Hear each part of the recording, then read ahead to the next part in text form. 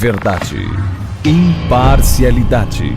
Começa agora o programa A Hora da Verdade. A apresentação: Carlos Frederico Gomes. Olá, amigo assinante, estamos iniciando o programa A Hora da Verdade na sua TV Mais, canal 15 da Multiplay. Continua naquele esquema montado junto com o Luiz aqui em relação a entrevistar pré-candidatos a prefeito de Fortaleza. Está aqui comigo hoje o deputado Capitão Wagner, o deputado mais votado do Ceará e candidato forte a prefeito de Fortaleza. Deputado, é um prazer o senhor ter aqui. Prazer é nosso. Um abraço aí para todos os telespectadores que acompanham pela Multiplay, né? Canal 15. Canal 15, é um prazer estar aqui novamente. A gente já teve participando de outras oportunidades aqui da TV e é um prazer conversar com esse público selecionado, né? Um público seleto que acompanha a programação da TV Mais. Deputado, e já participou várias vezes do meu programa A Hora da Verdade na Rádio Cidade 860 e está aqui na versão da TV Mais e eu faço o meu companheiro Luiz Cláudio. Luiz, capitão aqui com a gente hoje, dando sequência. Teve aqui quem com a gente já, Luiz? Teve o nosso querido Carlos Matos. Isso. O nosso também querido e desistiu aqui que não seria candidato. Não seria candidato. O Renato Rosendo. Renato Rosendo. E com ele agora é o terceiro candidato que vem. E engraçado, deputados estaduais, né? Falta mais deputado estadual para candidato aí, né? Deputado, a Assembleia Legislativa, já listou no assunto, está praticamente discutindo muito Fortaleza. Justamente por isso, né? Se a gente for ver da população do estado, aí 8 milhões de habitantes, 2 milhões e meio está em Fortaleza, um grande percentual, mais de 30% da população está em Fortaleza. Se você pegar as votações minha, do Renato Rosendo, do Heitor, elas têm uma grande capilaridade aqui em Fortaleza, então é natural que a gente discuta essas demandas do município, né? E acho até pela votação que nós, esses deputados citados, tiramos em Fortaleza na última eleição, acabam por viabilizar essas candidaturas, essas pré-candidaturas são postas aí para o cidadão de Fortaleza. Para legitimar esse seu pleito, essa sua intenção de ser prefeito de Fortaleza, qual foi a votação aqui em Fortaleza? Só em Fortaleza 102 mil, né? No estado foi 194.239 votos. Então a sua votação, a metade foi em Fortaleza. Um pouco mais da metade foi em Fortaleza. E o senhor foi o deputado mais votado na história do Ceará, né? Isso, estadual. Verdade. Deputado, vamos lá, a gente vai falar sobre Fortaleza no final, mas eu queria... Não pode ser diferente, nós vivemos um momento grave no país, acho que um dos piores momentos da história política do Brasil. Estava até hoje na Assembleia, conversando com os colegas, viu, Luiz? Eu estava discutindo o seguinte: me dê 5 nomes de pessoas de bem a nível nacional do Brasil hoje. No tempo do Collor a gente conseguia 10 rapidamente. E foram pensou aqui, aí a gente puxou o Tasso, né? O Tasso apareceu, né? A nível nacional, aí apareceu, eu botei o Paulo Paim, do PT, para mostrar que o PT tem pessoas de bem. Cristóvão Buarque não apareceu, não? Não, apareceu não, mas apareceu o Jarbas Vasconcelos do PMDB. Dos 3 principais, né, partido. Então, a gente vive um momento difícil, né, porque a gente não tem quem possa sentar e dizer, rapaz, vamos ver a conciliação nacional. Se o país não está dividido, ele está quase dividido, desde a eleição. Então, como é que o senhor está vendo hoje? Eu sei que o seu partido está na posição ainda para ser definida, mas eu já vi que o senhor na Assembleia já se colocou praticamente que haver uma solução. Eu quero a sua opinião, porque é importante. O senhor, inclusive nessa discussão, né, Luiz, do município, da eleição municipal, isso vai ser... Com certeza vai ser debatido, vai ser muito debatido, até porque o eleitor vai cobrar o posicionamento dos pré-candidatos a prefeito de Fortaleza. E hoje a gente está vivendo uma crise muito grande, né, com o rompimento do PMDB saindo da base aliada do governo do PT. E a gente tem 2 cenários possíveis em virtude desse rompimento.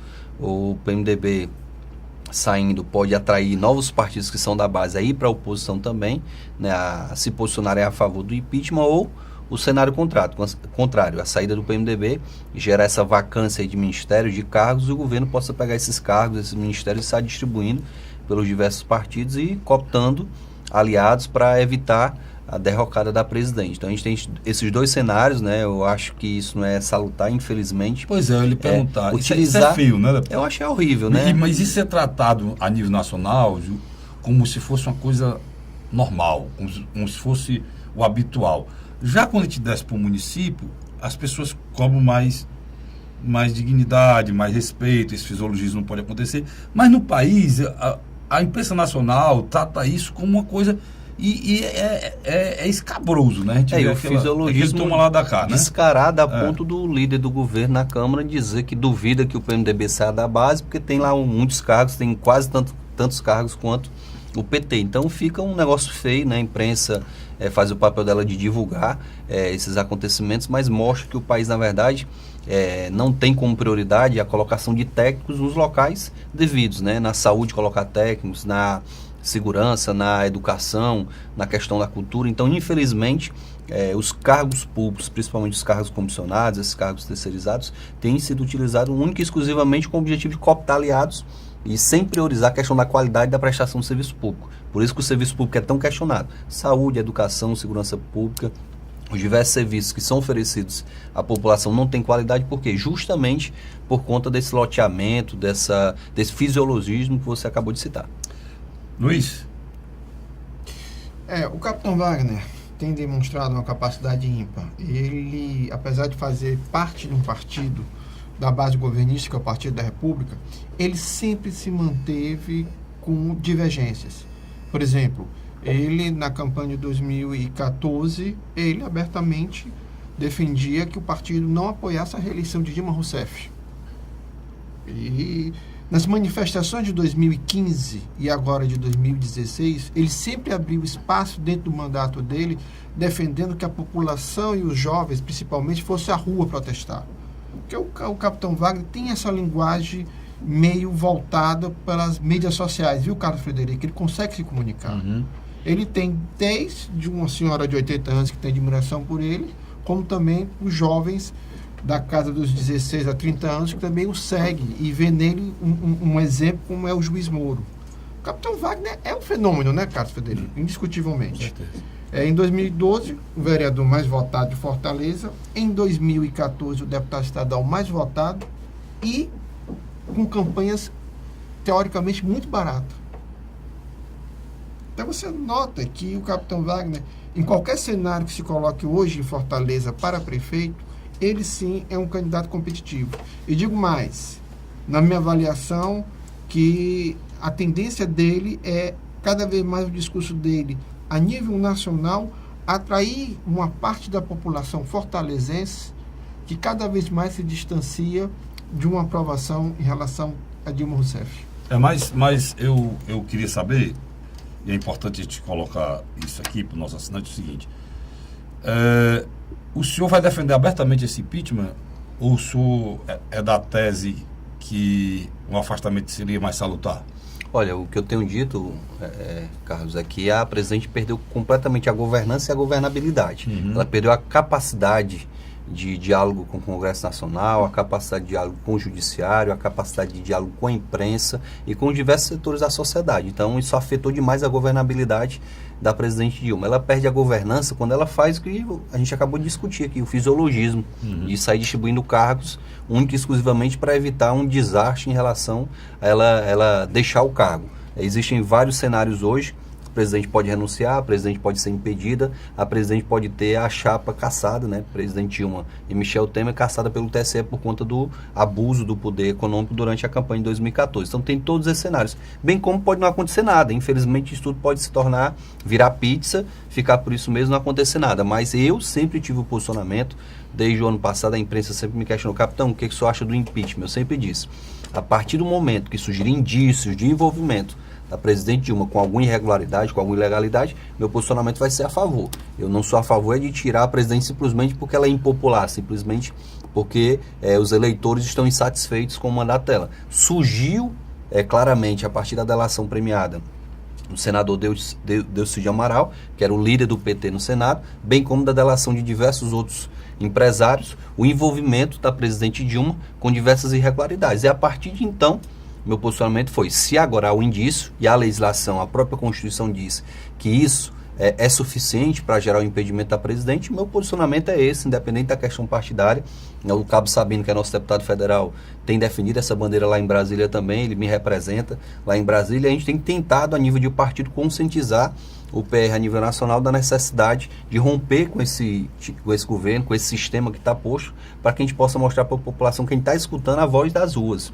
E é importante registrar, quando se diz, foi apenas 3% da população que foi para as ruas. Mas você ter 3 milhões e meio ou 6 milhões e meio, 3 milhões e meio nos cálculos da polícia, 6 milhões e meio nos cálculos dos organizadores. É uma parcela considerável da população que deixa de estar em casa com a família, deixa de estar curtindo um momento de lazer para ir para a rua, para dizer que está insatisfeita com o cenário. Existe até cálculos, deputado, em relação às pessoas que se manifestam e às pessoas que não se manifestam. Tem pessoas, marqueteiros, pessoas que trabalham com as pessoas do Instituto de Pesquisa, que tem então 6 milhões de pessoas na rua, é uma coisa extraordinária, fora de qualquer... Foi a maior do Brasil, né? Na história desse país. Da história. Agora, deputado, eu queria uma avaliação sua. O senhor é militar, o senhor é da nossa gloriosa Polícia Militar, e nós temos entidades no nosso país que aquela história. Hoje, infelizmente, não foi a oposição que fez a denúncia da corrupção TEM, não. A corrupção TEM foi feita pelas instituições desse país que estão funcionando. Polícia Federal, Ministério Público, Justiça Federal. Qual é a sua avaliação aí já da questão institucional do nosso país? Porque eu estou achando muito estranho que o governo e o PT, eles estão falando que está havendo um golpe no país e que a população tem que sair em defesa da democracia. E ataca Polícia Federal, Ministério Público, Justiça Federal. Então, instituições necessárias para o Estado Democrático de Direito, necessárias para que haja esse Estado democrático que eles defendem. E eu não consigo entender como é que você fala em democracia e ataca as instituições. Eu queria sua avaliação sobre o trabalho dessas instituições, se o senhor acha é exacerbado, que é perseguição, que é esse Estado policialista, tem gente colocando ou não, na sua visão. Deixa eu lhe trazer primeiro para uma situação local, para a gente ir para o geral e nacional. Há poucos dias a gente via um discurso político do governador do estado de Ceará, do secretário de Segurança, dizendo que história de PCC, de Comando Vermelho, isso não existia no estado de Ceará.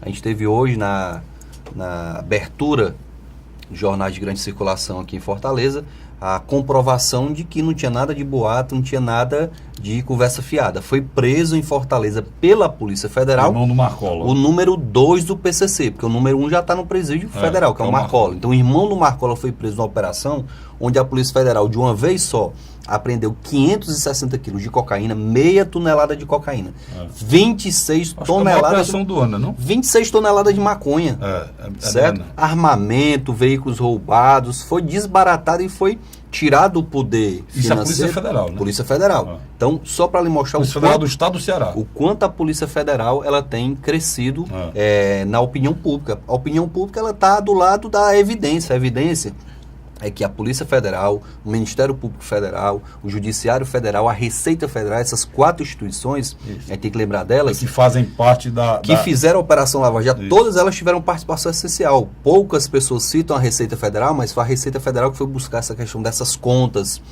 fantasmas, essas contas em paraísos fiscais. Os Zelotes aí foi ela, é muito Operação Zelotes. Então a gente tem que registrar sempre a presença da Receita Federal como instituição importante nessa questão da lavagem de dinheiro, da corrupção. A Receita Federal tem que ser sempre considerada. Então essas instituições mostraram documentos, mostraram argumentos que tiram qualquer credibilidade de um discurso político e dizer que isso é golpe.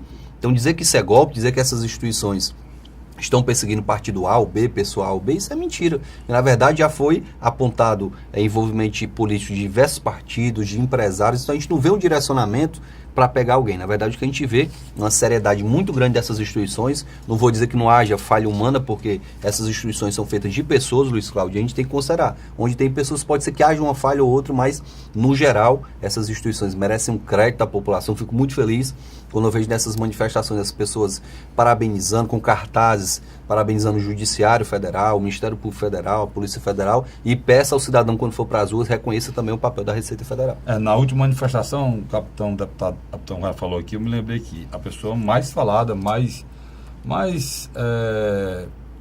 parabenizada foi o juiz Moro, né? Sérgio Moro. E o juiz Moro essa semana ele mandou as explicações em relação aos grampos do presidente Lula. Nessa explicação ele pede a desculpa em relação O vazamento. Não foi nem o vazamento. Ele pediu desculpa em relação... O entendimento dele pode ser errado do que ele teria que divulgar. Mas a gente sabe perfeitamente, e aquela divulgação não permitiu que as pessoas pudessem entender que o cargo que o presidente Lula está investido seria uma espécie de um salvo-conduto, né? Para não ser preso. O senhor acha, e ele disse até aqui, tá, uma novinha aqui, uma entrevista que ele deu há pouco tempo, que ele não tinha intenção de prender o presidente Lula, em nenhum momento, né? Mas o senhor acha que essa decisão do juiz Moro de tirar o segredo dessas gravações, e eram gravações autorizadas pela Justiça, e fortuitamente eles conseguiram um diálogo da presidente Dilma com o presidente Lula, que no entender de algumas pessoas não poderia ter sido publicizado. Qual é o seu entendimento em relação a isso? Olha, Capitão Carlos, eu acho que a divulgação ela teve como caráter positivo a demonstração do porquê que o presidente Lula, de repente, da noite para o dia, estava sendo indicado para ser ministro. Por que será? O presidente Lula, tão competente como todos dizem, o país está em crise desde o final da eleição, desde 2014, acabou a eleição, a crise já se instalou na economia, na articulação política e tudo. Por que depois dessa eleição o presidente Lula não foi já convidado pela presidente Dilma? Teria sido uma solução para chegar nessa crise que está hoje. Talvez até tivesse sido a solução que teria evitado essa crise política que a gente tem hoje. Talvez não tivesse solucionado a crise econômica, mas eu acho que com certeza o impacto na economia seria menor se essa providência tivesse sido tomada antes. Então o que a gente vê claramente pela divulgação é que foi uma manobra, e quando se fala em manobra política, a gente tem que aceitar que existem essas manobras, mas foi uma manobra feita de forma ilegal, descaradamente para proteger o presidente Lula e não preocupado com a questão da articulação política, preocupado com o futuro do país. A maior preocupação naquele momento era o quê? Proteger o presidente Lula e evitar que o Sérgio Moro fizesse a investigação do presidente. E as gravações, e ele deixou isso muito claro, né? A história daquele documento da Luiz, aquele documento que dizia use se for necessário. O termo de posse, né? O termo de posse, use se for necessário. Depois disseram que era para ela usar, mas o tempo e o verbo não tinha como dar certo. O Rui Falcão, conversando com o ministro Wagner, que tinha que convencer o Lula a assumir o cargo para que não houvesse a prisão. Né? Outras discussões dele em relação a esse mesmo assunto foi que provou a necessidade, por isso ele não assumiu de fato, né, deputado, o Ministério. Deputado, uma das coisas que me estarreceu foi os diálogos ali interceptados pela Polícia Federal, que me deixou muito triste em relação, por exemplo, o diálogo daquele prefeito do Rio de Janeiro com o presidente Lula, tacanho, é triste. O cidadão comum está olhando a classe política hoje, é muito ruim, né? Como mafiosos, né? Porque o diálogo é terrível, né? Outra coisa que eu achei terrível foi o presidente Lula dizer que a secretária dele está no céu, que entrou 5 homens dentro da casa dela, né? Como se uma mulher sonhasse com um estupro coletivo, né? Outro horrível foi aquela história da mulher que ele falou, inclusive eu tenho uma entrevista aqui da Maria do Rosário, tentando justificar o injustificável, né? Que eles não... Aquela história daquela expressão que ele usou em relação às mulheres do PT. Como é que o senhor vê essa decadência, essa destruição da qualidade do político brasileiro em relação à ética, à moral? Porque hoje estão querendo até dizer que esses diálogos são normais, né? E eu não faço esse diálogo no dia a dia da minha vida, não. Não sei se eles fazem, mas eu... Eu acho que nem brincando, Carlos, pode-se fazer o que o prefeito do Rio de Janeiro fez. A maneira como ele se referia ao pobre, né, dizendo que o Lula tinha um espírito de pobre, que o sítio que ele tinha era um sítio de pobre, se referia ao município da região metropolitana lá com desrespeito absurdo, né? Os moradores de Maricá ficaram extremamente decepcionados com a fala do prefeito do Rio. Eu acho que ele acabou por assinar ali o fim do sonho dele de ser presidente da República. Porque todo mundo sabia que o Eduardo Paes tinha como sonho... Graças a Deus, a gente deve ser o muro. O candidato do PMDB à presidência da República, que tinha lá uma reputação ilibada, né, um bom gestor e tal, mas essa fala dele foi de uma infelicidade tão grande que eu acho que isso inviabiliza qualquer sonho dele no sentido de ser candidato a presidente da República. E várias outras falas, né, do Lula, né, se referindo à mulher, como você citou, e várias outras. Eu acho que quem está ao celular, por mais que esteja falando com um amigo, tem que ter as cautelas necessárias. Hoje, com a tecnologia que existe, você está falando com a pessoa do outro lado, essa pessoa pode estar gravando a conversa, então hoje acho que tem que ter muito cuidado com a utilização do celular e com as expressões, até porque, como você falou, a classe política hoje é totalmente desacreditada. Quando eu vou falar alguma coisa, eu penso 10 vezes antes de falar, porque às vezes você fala em tom de brincadeira uma coisa, a pessoa interpreta de forma equivocada, então a gente tem que ter a responsabilidade de saber que somos homens públicos e tudo que a gente fala repercute, Frei. Tudo que a gente fala repercute. Ou bem ou mal vai repercutir. Então a gente tem que ter muita cautela com o que se fala, especialmente nesse momento. E eu, graças a Deus, até tenho dito onde eu chego, que eu tenho uma felicidade muito grande de ser bem recebido onde eu chego. Não tenho restrição de andar na Beira-Mar, no Bom Jardim, no Serviluz, no Vila Velha. Onde eu chego, eu sou muito bem recebido. E eu acho que eu sou exceção, porque eu sou de 2 categorias extremamente cobradas pela população. Os políticos, né? Existe um... E policial. E os policiais, né? Existe uma imagem na população. É difícil, eu nunca tinha me atentado para isso, você tem razão. Eu tenho esses dois pesos que eu carrego nas costas, né? E graças a Deus a população me recebe muito bem, então eu sou uma exceção. Agora vale ressaltar, deputado, no meu programa de rádio, aqui também eu falo muito, o policial é uma pessoa de atividade muito difícil. Ele tem que proteger a sociedade, proteger a vida dele e ainda tem que proteger a vida do bandido, porque se ele atingir um bandido hoje, ele desgraça a vida dele. Então é muito difícil ser policial. Difícil demais. E eu tenho um respeito muito grande pela sua categoria, porque eles botam o pescoço para defender a nossa vida, e eu não sei se eu tinha coragem de botar. Eu sou muito sincero em relação a isso. Os psiquiátricos que diz que a gente é louco, enquanto que tem um tiroteio e todo mundo está correndo com medo da bala, o policial está correndo para cima da bala. O verdadeiro policial faz isso. Eu vou para um rápido intervalo, volto já conversando com o Capitão Wagner, deputado Capitão Wagner, pré-candidato a prefeito de Fortaleza pelo PR, né, deputado? Isso. Um instante só, sai daí não. A Hora da Verdade. O governo do Ceará está participando em parceria com o governo federal da construção de mais uma etapa do residencial Cidade Jardim, no bairro José Walter, em Fortaleza. Um dos maiores empreendimentos do Minha Casa Minha Vida no Nordeste. Só este ano, 768 moradias já foram entregues na capital. Transporte na porta, moradia segura, que tá uma maravilha. Aqui tem tudo para a pessoa ser feliz. É o governo do Ceará cumprindo compromissos e garantindo casa própria para os cearenses. A Hora da Verdade.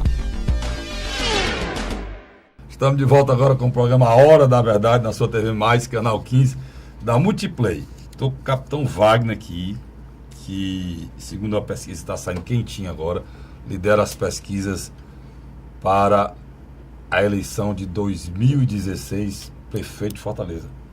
Capitão, essas pesquisas são oficiais que está saindo por aí ou são... Porque os partidos fazem esse... É verdade, os partidos até para nortear as ações, até para tomar suas decisões, eles têm feito suas pesquisas internas, né? E tem circulado em redes sociais, acabam vazando, mas na verdade... Essa que eu estou falando está numa rede social. Isso. Mas ela é do seu partido, não? Não é do meu partido, não. Me parece que quem fez foi o Ibope, eu tive até acesso. A última que saiu foi do PMDB, foi isso? Foi, há bastante tempo. E essa daí foi registrada. E a gente até está estranhando esse ano, acho que as pesquisas estão custando a aparecer, né? Não sei o seu partido pretende fazer uma registrada para a gente possa divulgar? Olha, lógico, a gente tem intenção de fazer. Agora, as que podem ser divulgadas, elas não podem ser de partidos, né? De partido, ela... Tem que ser uma instituição. Tem que ser um canal de TV, tem que ser um jornal, né? Para que elas possam ser divulgadas, até para a questão de garantir a lisura da pesquisa e não achar que há a tendência de ajudar candidato A ou B. Mas nas pesquisas internas, graças a Deus, nosso nome está muito bem, né? Até surpresa para a gente, né? Bem distante da eleição, o nome já está tão bem cotado, até porque tem grandes nomes que devem postular a candidatura aí no ano de 2016 da Prefeitura de Fortaleza. A sua candidatura, deputado, é definida pelo PR ou tem alguma dúvida em relação a isso? Prego, batida e ponta virada, né? A nacional do partido, a estadual, eu sou presidente municipal. É uma das prioridades do partido. É uma das prioridades, inclusive da nacional, né? O partido deve disputar eleição em capitais somente em Manaus, né? Tem chance em Manaus, tem chance aqui em Fortaleza, então são prioridades para o PR em 2016 essas duas capitais. Luiz, entra no assunto que tu adora a eleição, vai. É interessante. Em 2000, quando Moroni Miguel foi candidato, ele terminou o pleito com 19% dos votos. Quer dizer, é um delegado da Polícia Federal, ex-secretário de Segurança Pública, já era na época deputado federal, foi candidato em 2004, chegou ao segundo turno, perdeu para Luciano Lins. Em 2006, ele foi candidato ao Senado, na última semana ele perde para Inácio Arruda, mas demonstrou ter uma força muito grande, principalmente na capital. Em 2008, por pouco ele também não foi para o segundo turno. Já em 2012 ele tem uma queda. Mas isso demonstra que em Fortaleza existe um eleitor de mais ou menos entre 17% a 24% ou 25% que gosta de levar a questão da bandeira da segurança pública como ênfase. Você acha que uma parte desse eleitorado não só está com você, mas esse número pode ter aumentado? Olha, Cláudio, eu acho que pela situação que vive hoje Fortaleza, a capital mais violenta do país, 12ª capital mais violenta do mundo, a capital em que mais se mata jovens é Fortaleza, em que há mais conflito entre jovens, tanto se mata mais jovem como jovem também é mais criminoso em Fortaleza. Então tudo isso acaba fazendo com que a população busque uma alternativa para resolver esse problema. A gente sabe muito bem que a resolução para a segurança pública ela é muito ampla, né? Algumas pessoas discutem, tem que aumentar efetivo. Não é só aumentar efetivo policial. Município, Estado e União, cada um tem que fazer sua parte. Iluminação pública, por exemplo, é responsabilidade do Estado? Não, é município. Iluminação pública é segurança pública. Ocupação dos espaços públicos. Quando eu tenho uma praça iluminada, ocupada, com pessoas fazendo atividades físicas, com pessoas envolvidas em movimentos sociais, isso traz uma tranquilidade também para a população. Quando a guarda municipal é colocada numa praça, e essa é a atribuição da Guarda Municipal, não é da PM nem da Polícia Civil. Quando a Guarda Municipal é colocada na praça, o município também está contribuindo. E o que a gente viu em Fortaleza é que foi criada uma Secretaria de Segurança Cidadã, eu era vereador nos meus primeiros dias de mandato e votei a favor da criação dessa secretaria. Mas se eu for lá na periferia perguntar para o cidadão quem é o secretário de Segurança Cidadã de Fortaleza? O doutor Edgar Fux. Não, você errou. Ele, na verdade, é o comandante da guarda. Eu não sabia. Pronto. Eu perguntei a um jornalista também. Eu não sabia. Eu perguntei ao vivo a um jornalista, ele também disse que não sabia. Não, o diretor da guarda é Edgar Fux. Quem é, na verdade, o secretário de segurança é Francisco Veras, que é defensor público. E ganha R$40 mil por mês para não fazer nada. Mas, deputado, o senhor falou isso e eu queria saber como é que é isso. Como é que funciona os R$40 mil, para o cidadão entender. Ele é defensor público. Defensor público, ele recebe R$26 mil por mês. E ele é secretário, recebe 13 mil pouquinho, quase 14 mil. Mas com ônus para a prefeitura? E isso, a prefeitura paga os 26 mil ao Estado. Olha só, ela trouxe o funcionário do Estado. Ela paga para o Estado 26 mil, o Estado recebe e deposita na conta dele. E paga como secretário os 13 mil e pouco, quase 14 mil. Quer dizer que para ele ser secretário de Estado... Ele recebe 2 vezes. E ele veio cedido, isso, mas com ônus para a prefeitura. O Estado está cedendo, aí o funcionário é teu, agora tu paga o salário dele aqui e paga o daí. Então ele recebe 2 vezes, R$40 mil, né? E eu fiz essa denúncia diversas vezes e a gente não encontrou a resposta da prefeitura. Então isso é uma irresponsabilidade muito grande. O prefeito Roberto Cláudio vai ser convidado para esse programa, ele vai poder dizer por quê. Será que ele é tão competente assim? É o secretário que ganha mais. É justamente isso aí. O secretário que ganha, acho que ganha 3 vezes mais que o prefeito, né? Justamente. Eu não sei quanto é que ganha o prefeito de Fortaleza. 14 mil, 13 mil. 14 mil, então ele ganha 3 vezes mais do que o prefeito. Deputado, o senhor tocou num ponto aqui, só pegar esse gancho, Luiz, aqui, tu me ajuda também. Até que ponto um candidato a prefeito pode prometer melhorar a segurança do Estado? Já a gente sabe que todo mundo atribui ao Estado, aos governos do Estado, a questão da segurança, constitucionalmente. E de uma forma muito irresponsável, opinião minha, né? Os prefeitos têm fugido dessa responsabilidade e o governo federal também. Fortaleza, ela é violenta, opinião minha, pessoal, minha aqui, por conta do governo do Estado, das prefeituras que antecederam essa que está aí, essa daí, e de todos os governos federais que tiveram aí. Há 15 anos atrás, deputado, 15 anos atrás, o crack era uma coisa da Cracolândia de São Paulo. Hoje é um flagelo de Fortaleza. Quem permitiu que se alastrasse, né, de São Paulo para cá? É o governo federal, no meu entender. Há 15 anos atrás, muito simples, eu vou dar um exemplo bem claro. O menino que tinha 10 anos no governo Roberto Cláudio, está terminando agora, se não cuidaram dele, ele está com um trabuco na mão agora, com 14. Ou se ele tivesse 8, ele está com um revólver na mão, um 12. Aonde eu estou querendo chegar. O senhor acha que a prefeitura, o prefeito tem que ter essa responsabilidade, principalmente com essa juventude de 10 a 18 anos, porque o criminoso hoje que é adulto, ele começou o crime como adolescente. Deixa eu lhe dizer, eu posso buscar duas referências bem diferentes para que o cidadão que está em casa ele possa entender. As grandes cidades que tiveram problema com violência em todo o mundo tiveram soluções locais, a partir das prefeituras. Se você pegar Nova York, quem foi que resolveu o problema da violência em Nova York? O prefeito de Nova York. A legislação é diferente, mas... Logicamente. Vamos trazer aqui para a América do Sul. Bora lá para Bogotá e Medellín. Quem foi que resolveu? Foram medidas aplicadas pelas prefeituras que resolveram. Colômbia, né? Bora trazer para o Brasil. São Bernardo do Campo, região metropolitana de São Paulo. A prefeitura implementou um sistema integrado de vídeo monitoramento. A cidade é toda monitorada. É um Big Brother lá. Diadema.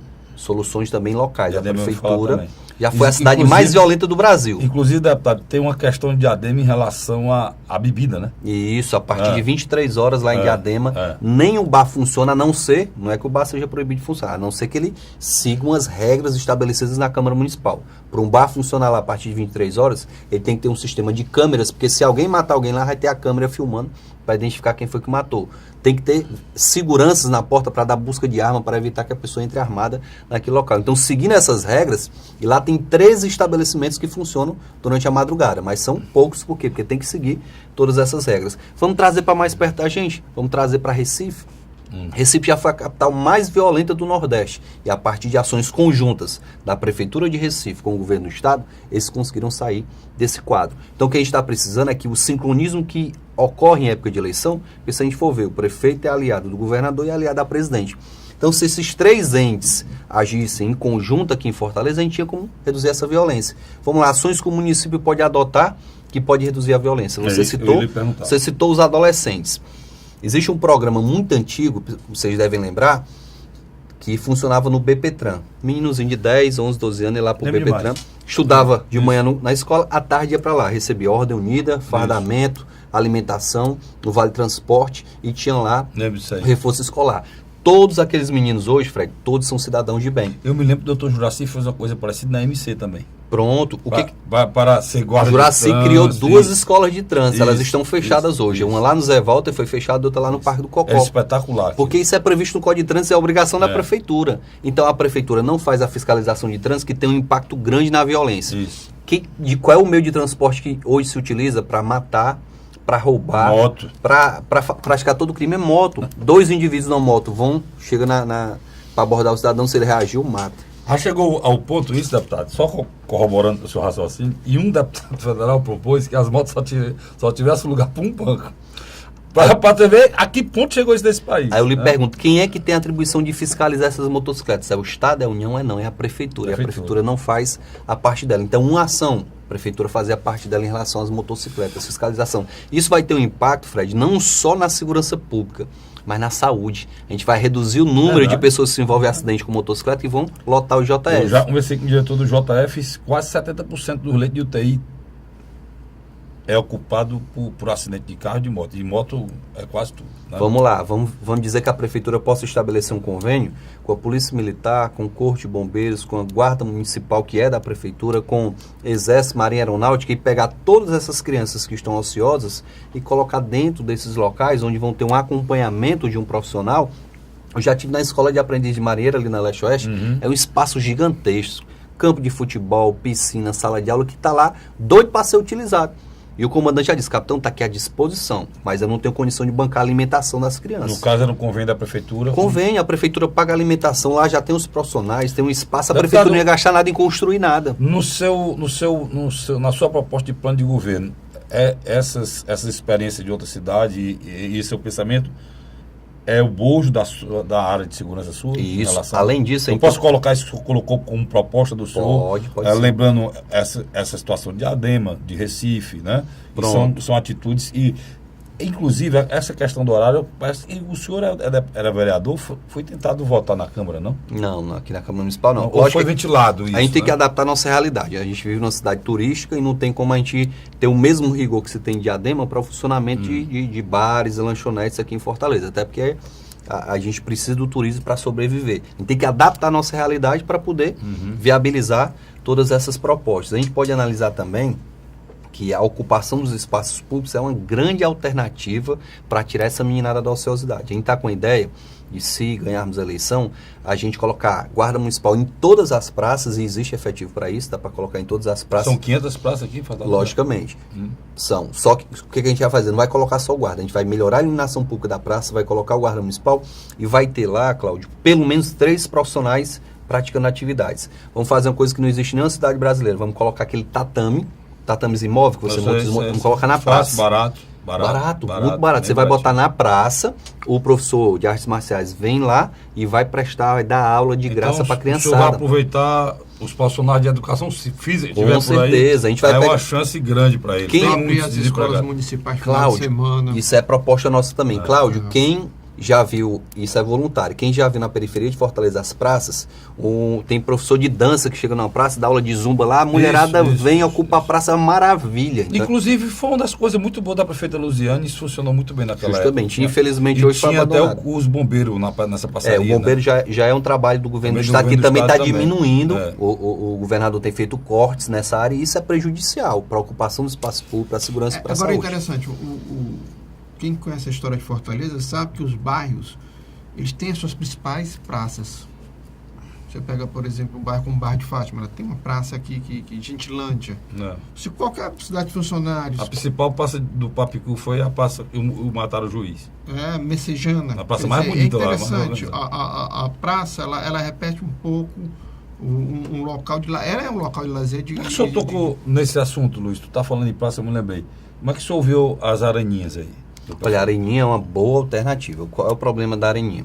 Se a gente pegar na história de Fortaleza, a gente tinha antigamente o CSU, tempo do Juraci, que veio até antes do Juraci. Muito bom. O Juraci tinha um CSU que oferecia Centro Social esporte, oferecia consultas médicas, oferecia opções de lazer, de cultura, de saúde, de trabalho. CSU, na gestão da Luziane, foi abandonado, fomos para os Cucas. Certo? Os Cucas, na gestão da Luziane houve investimento, chegou o Roberto Cláudio, deixa o Cuca meio de lado, está até dispensando vários profissionais, agora a história é a areninha. Problema da areninha. A areninha está sendo entregue à população, mas não existe um profissional, Fred, para estar lá organizando isso. Eu preciso ter um profissional para garantir que as crianças que estão utilizando o campo, elas estão frequentando a aula. Eu fiz uma pergunta a um vereador, agora essa semana, sobre isso, preocupado com a depredação desse equipamento. Ele disse, não, essa areninha é de responsabilidade das entidades locais. Não sei se isso procede, associação e tal. Porque eu disse, olha, não adianta entregar isso no ar. Não adianta você entregar um equipamento desse se não tiver, na sua proposta, esses locais terão funcionários da prefeitura. Deixa eu lhe dizer, eu morei cerca de 2 anos na Grande Portugal, pertinho daquela praça da Juventude, que foi entregue. Rapaz, foi uma reivindicação, eu era vereador, fui lá umas 10 vezes para entregarem aquela Praça da Juventude. A praça foi entregue para a população em 15 dias, estava tudo pichado, tudo sujo, tudo danificado. Isso aí aqui então o que faltou? Faltou um planejamento no sentido de garantir a segurança do local, de educar a população até para responsabilizá-la. Deputado, pelo que o senhor está falando aí, o efetivo da Guarda Municipal vai trabalhar na rua. Tem que sair dos gabinetes e ir para a rua. E vai ser potencializado. Lógico. O senhor vai fazer concurso. O prefeito Roberto Cláudio prometeu triplicar o efetivo da guarda. Na época que ele prometeu eram 1.300 guardas. Então ele tinha que contratar mais 2.600. Ele fez um concurso só para 1.000 e só chamou 750. Deputado, deixa eu lhe dizer uma coisa. O maior problema hoje é a questão do estelionato eleitoral. Isso. Eu acho que o senhor está certo. O senhor colocou aqui, parece que a gente gosta da cidade, a gente fica feliz em ver, né, Luiz, e isso possa acontecer. Depois do comercial, o senhor vai me dizer se a Prefeitura de Fortaleza tem dinheiro para isso ou não. Tá bom? A gente volta já. A Hora da Verdade. O governo do Ceará está participando em parceria com o governo federal da construção de mais uma etapa do residencial Cidade Jardim, no bairro José Walter, em Fortaleza. Um dos maiores empreendimentos do Minha Casa Minha Vida no Nordeste. Só este ano, 768 moradias já foram entregues na capital. Transporte na porta, moradia segura, que tá uma maravilha. Aqui tem tudo pra pessoa ser feliz. É o governo do Ceará cumprindo compromissos e garantindo casa própria para os cearenses. A Hora da Verdade. Estamos de volta agora com o programa Hora da Verdade. Hoje, o deputado Capitão Wagner, pré-candidato a prefeito de Fortaleza. Deputado, eu deixei aquela pergunta, mas eu me lembrei de uma coisa aqui que eu queria lhe perguntar. No início do seu mandato com o governador Camilo Santana, o senhor teve um relacionamento, achei até muito interessante. Eu até tinha feito a pergunta parecida com essa. Eu achei muito bom para Fortaleza e para o estado do Ceará a sua liderança na Polícia Militar, ajudar o próprio governador a tentar melhorar a segurança pública do estado do Ceará. Veio muito bem, mas parece que houve um afastamento do seu governador. Não, na verdade, o que foi que houve? O governador, no começo da gestão, como fez com todos os deputados, me convidou para uma conversa, eu fui, apresentei um plano de segurança para o estado do Ceará, entreguei a ele, entreguei ao secretário de segurança, né, e imaginava que esse plano fosse ser executado pelo menos em parte, não porque era meu, mas é porque era de um grupo de pessoas que vivenciam a segurança pública, conhecem e queriam colaborar. Certo? Infelizmente, o governador, não sei se por questão financeira ou porque não queria, isso não era viável politicamente para ele, ele não colocou em prática essas ideias, ou pelo menos parte dessas ideias. E o que aconteceu de lá para cá? De lá para cá o governador tem feito várias declarações infelizes. O governador tem prometido coisas, tem determinado datas e não tem cumprido isso. Eu acho que um gestor do estado, ou gestor de uma cidade, ele tem que ter muito cuidado com o que ele fala. Quando ele faz uma promessa deixando datas marcadas, ele tem que honrar com esses compromissos. E o governador não tem feito isso. Tem preocupação em não estipular data, principalmente numa crise dessa. Justamente. Né? Se você não tem condição, não prometa estipulando datas. Não vou defender o governador, não, mas o momento que a gente vive no país é complicadíssimo. Caótico, crise econômica, sem condição você financeira. Vê a arrecadação caindo em todos os... Eu vou lhe dar só um exemplo. O governador, em dezembro do ano passado, ele fez 10 solenidades de promoção da Polícia Militar. Nas 10 solenidades ele disse assim, olha, até o dia 31 de janeiro de 2016 sai o edital do concurso da Polícia Militar. Não saiu. No dia 29 de fevereiro desse ano, ele lá em Crateús, ele diz, olha pessoal, olha só a irresponsabilidade da fala. Olha pessoal, se não sair hoje o edital, sai amanhã. Meu amigo, não vem dizer uma coisa dessa se você não tem certeza. Completou um mês e nada. Então esse tipo de coisa acaba gerando um descrédito muito grande na fala do maior gestor do Estado. Ele é a maior autoridade do Estado de Ceará. Ele não pode fazer esse tipo de coisa. Deputado, me diga uma coisa. O senhor colocou aí no ar, no bloco passado, e a gente falou aqui, eu coloquei isso aqui, essa questão do estelionato eleitoral, que para mim está muito em moda em relação a muita gente, inclusive a presidente Dilma. Como é que o senhor dentro dessa pré-candidatura, mas o senhor vai fazer esse plano, Fortaleza tem dinheiro para a gente ter essa expectativa que o senhor colocou aqui, plano em relação à segurança, em relação à juventude, em relação à educação, que o senhor tem planos para a educação, escola de tempo integral. Por exemplo, o prefeito Roberto Cláudio, para mim, o maior problema do prefeito Roberto Cláudio é ter dito na campanha passada que tinha recurso e a prefeita Luiziane não fazia porque não era desorganizada. E eu acho que ele viu que não era tanto assim, né? Então, a prefeitura tem recurso limitado. Como é que o senhor vê isso? Olha só a fala do candidato Roberto Cláudio em relação ao concurso da Guarda. Pessoal, é simples, é fácil e é barato. Eu vou triplicar o efetivo da Guarda Municipal. Prometeu contratar 2.600. Contratou nem um terço disso, contratou 750. Então eu estou tendo muito cuidado com a minha fala e tenho pedido à equipe que está trabalhando. A equipe que está trabalhando no nosso plano de governo para que a gente tenha os pés no chão e a gente prometa fazer o feijão com arroz, que eu acho que o cidadão de Fortaleza, se ele tiver uma cidade limpa, uma cidade organizada, uma cidade segura, se ele tiver uma condição mínima de atendimento no posto de saúde, ele vai estar satisfeito demais. Diante do caos que a gente tem hoje, se a gente organizar a cidade, o cidadão vai estar satisfeito. E como é que a gente vai fazer isso? Priorizando. Problema da gestão Roberto Cláudio. Não tem prioridade. Você vai entregar uma areninha. Aí você contrata o aluguel de um palco, uma banda de forró, uma dupla sertaneja, uma aparelhagem de som, você gasta lá 100 mil reais para inaugurar uma areninha. Enquanto está faltando medicamento no posto de saúde. Esses 100 mil reais dá para você equipar o posto de saúde aí uns 3 meses de medicamento. Então faltou prioridade nesse sentido. Se você for visitar uma regional hoje, eu desafio a qualquer pessoa a fazer a visita na regional, você vai chegar no estacionamento da regional e não cabe o seu carro lá dentro. Está lotado de veículos locados pela prefeitura. A prefeitura paga o aluguel todo mês. Se você somar o valor do aluguel desse veículo durante 12 meses, dá mais do que o valor do carro. Será que precisa de tanto carro locado? Vamos reduzir, porque precisar de carro precisa, mas precisa de tanto carro locado assim, vamos reduzir daqui. O senhor vai priorizar o prioritário. Eu vou priorizar o feijão com arroz. É redundância aqui. O feijão com arroz. Olha só para fazer mais... Ninguém pode tomar o refrigerante sem ter o... Lógico. Sem ter o prato, né? O PF. Eu não posso priorizar a obra se eu não priorizar o ser humano. E a prioridade do Roberto Cláudio é a obra. Transforma o posto de saúde num local aconchegante, ar-condicionado, reforma. Beleza, cadê o medicamento? Então, se ele pega esse dinheiro da reforma, faz uma reforma mais simples, para deixar o local aconchegante, mas pega parte desse dinheiro para o medicamento, para o insumo básico... Deixa eu fazer um de advogado do diabo aqui. Faça. Se o senhor receber isso e o senhor tiver essa estrutura de saúde funcionando e boa parte dela for responsabilidade do governo federal, o senhor para qualquer outra atividade e mantém a saúde funcionando, mesmo que a responsabilidade não seja do senhor? Não, aí a gente tem que cobrar as responsabilidades. Olha o problema. O prefeito Alberto Cláudio tem JF, ele recebe 50% dos pacientes de JF, ele recebe no interior do estado. Mas ele será que tem peito para cobrar do governador a contribuição do estado para a manutenção do JF? Eu lhe perguntei isso à UPA. Ele tem 2 UPAs sem funcionar porque o governo federal se nega os 50% é devido. A manutenção é 50% do governo federal, 50% da prefeitura.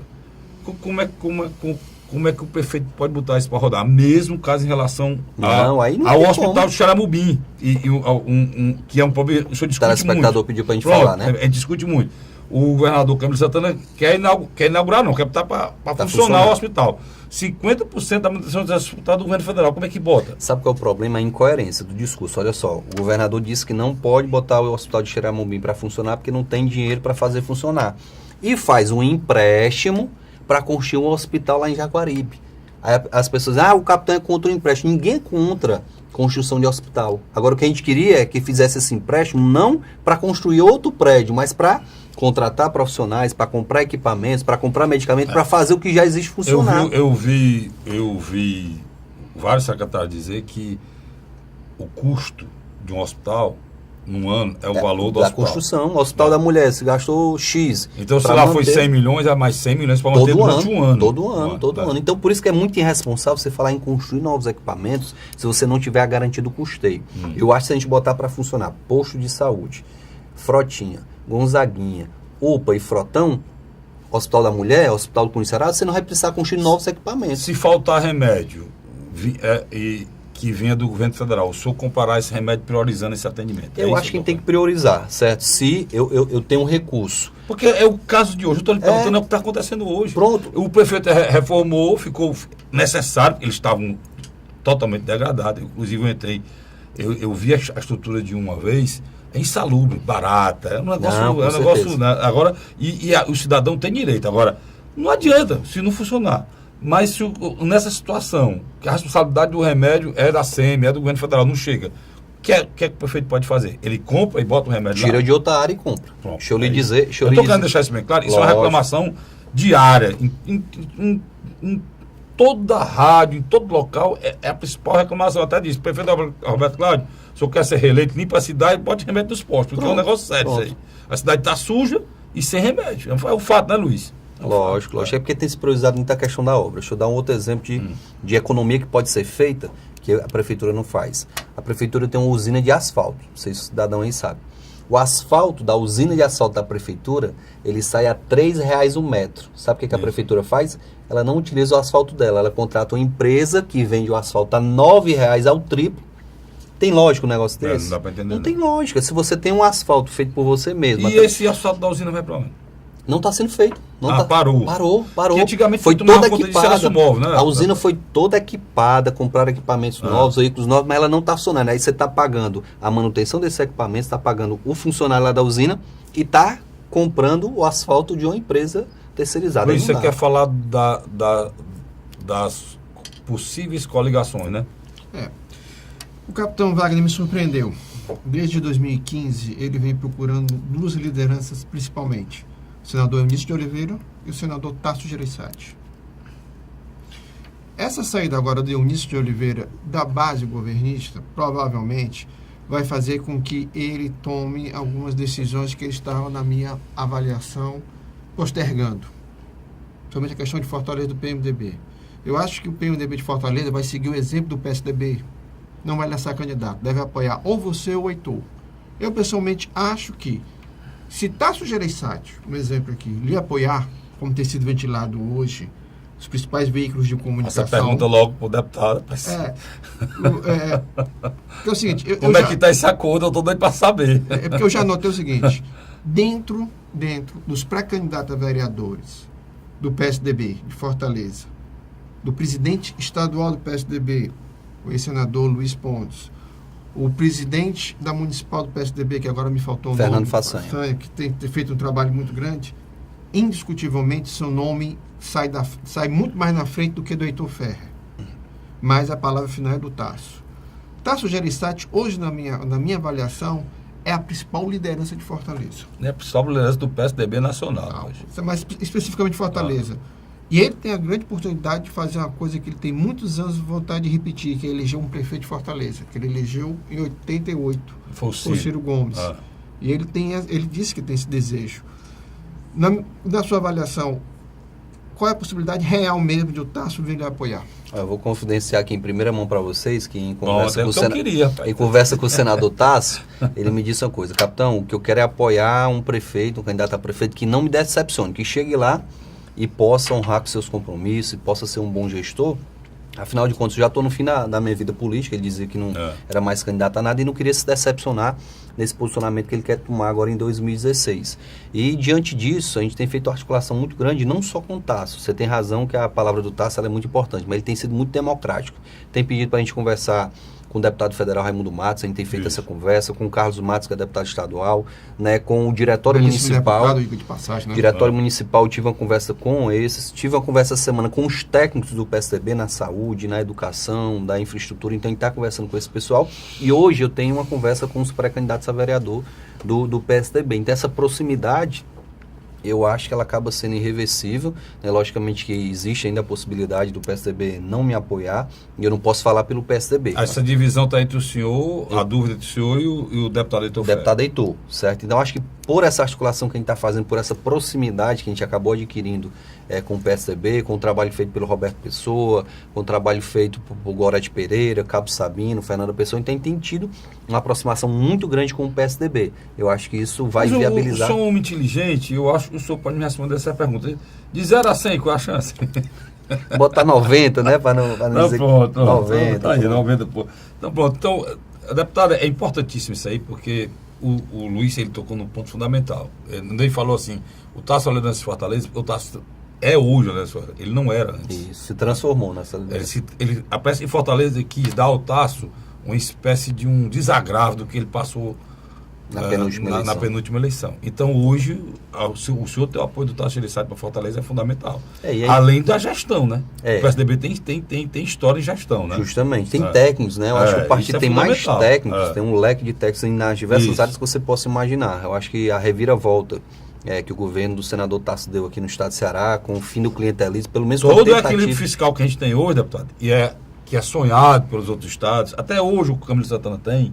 Se comparar o estado de Ceará com o Rio de Janeiro, o Rio de Janeiro está um desastre, cara. O estado de Ceará não tem o tostão e tem o equilíbrio financeiro, não é essas coisas, mas tudo isso começou com o Era Tasso. Justamente. E eu acho até que foi tão bem feito, Fred, que algumas irresponsabilidades no caminho não prejudicaram esse equilíbrio. Se a gente for registrar a questão do aquário, 110 milhões de reais jogados no lixo. A questão da refinaria, mais 650 milhões jogados no lixo. Esse dia tem que se a gente voltar pegar os tatuzões que foram comprados, 130 milhões de reais jogados no lixo, então muito dinheiro jogado no lixo, e mesmo assim o Estado ainda tem hoje uma estabilidade financeira. E ainda tem capacidade de endividamento, justamente por essa questão. Pela responsabilidade fiscal. Eu estava até falando hoje na Assembleia, falando como cidadão, como um pai de família. Me ligaram ontem do Banco Bradesco me oferecendo um empréstimo. Olha, você tem um crédito aprovado aqui, tantos mil reais, é só você dizer ok. E eu dizer, olha, graças a Deus eu não estou precisando, agradeço pela ligação, mas não estou precisando. Da mesma forma, o gestor de um estado, de uma cidade, tem que tratar a prefeitura como se fosse o seu patrimônio, que você não possa jogar no lixo. Sair fazendo empréstimo indiscriminadamente para deixar a sua família endividada, né, jogar para o seu filho a responsabilidade, é a mesma coisa do gestor. Ele vai estar durante 4 anos na frente de uma prefeitura, ele não pode deixar a prefeitura quebrada para passar para o seu sucessor. Cara, Frederico, você tem de um lado o capitão Wagner com uma boa percentual de voto. Do outro lado, você também tem um deputado federal e apresentador de televisão, Vitor Valim. Coincidentemente, na mesma área, segurança. É o grande problema de Fortaleza. Então, na minha avaliação, se o PSDB apoiar o capitão Wagner, eu acredito que também o Eunice e o PMDB irão juntos. Porque eu acredito que o Eunício, pela capacidade dele enxergar a longo e médio prazo, ele não vai simplesmente pulverizar as oposições. Por exemplo, as oposições com 3 candidaturas, Capitão Wagner, Vitor Valim e Heitor, né, por um lado, puxa o segundo turno, sem dúvida, mas por outro lado também deixa uma porta aberta para o prefeito, que tem maior tempo de televisão, é maior base histórica hoje de vereadores apoiando. Nunca um prefeito de Fortaleza teve tanta gente apoiando ele como agora. Então, eu acho que vamos assistir nos próximos dias esse desfecho. Eu não acredito que passe de abril, não. Eu acredito que saia uma decisão do PSDB agora em abril. Essa possibilidade que o Luiz está levantando aí, capitão, de o PMDB apoiá-lo, é real? A gente tem conversado não só com o senador Eunício, eu tenho conversado com o próprio Vitor Valim, com o Daniel. O Vitor quer ser candidato, O Vitor é um nome que tem que ser respeitado, né? Aparece muito bem nas pesquisas. É muito popular. É muito popular, foi o segundo vereador mais votado, na última eleição. Foi o vereador mais votado da história, o Vitor ficou ali atrás, né, como segundo mais votado. Tem um carinho muito grande da periferia, e tem pesquisas que mostram isso. Então, o apoio do Vitor Valim à nossa candidatura seria essencial. Lógico que a gente não pode impor isso ao PMDB, apesar de a gente ter apoiado o PMDB na última eleição para governador, mas eu tenho conversado com o Vitor para tentar viabilizar essa união já no primeiro turno. Acho que o Cláudio tem razão, essa junção no primeiro turno fortalece a candidatura, ela tem... Essa pulverização da oposição, ela dá chance ao prefeito Roberto Cláudio de chegar no segundo turno, e chegando lá, a possibilidade... Aí ninguém sabe de nada, né? O segundo turno é incógnita, né? Vai depender da... Capitão, eu tenho 2 minutos, não vou falar nada. Eu quero lhe dar os 2 minutos para o senhor se dirigir àquela lente ali, conversar com o nosso assinante. Eu vou falar de uma coisa que vocês não me questionaram, né? Ninguém me perguntou nada em relação à educação especificamente. Isso. E o que eu quero dizer para o cidadão de Fortaleza é que a gente quer ter educação como prioridade. Eu acho que é na escola, Luiz, que a gente cria o ambientalista, na escola que a gente cria o cientista, na escola que a gente cria o cidadão, e na escola que a gente forma um atleta, inclusive. Se essa escola, logicamente, tiver estrutura para tudo isso. Eu tenho por referência o meu filho. Meu filho, quando chega em casa, se ele vê uma torneira ligada 1 segundo a mais do que o necessário, ele corre lá para desligar a torneira, porque ele aprendeu isso aonde? Na escola.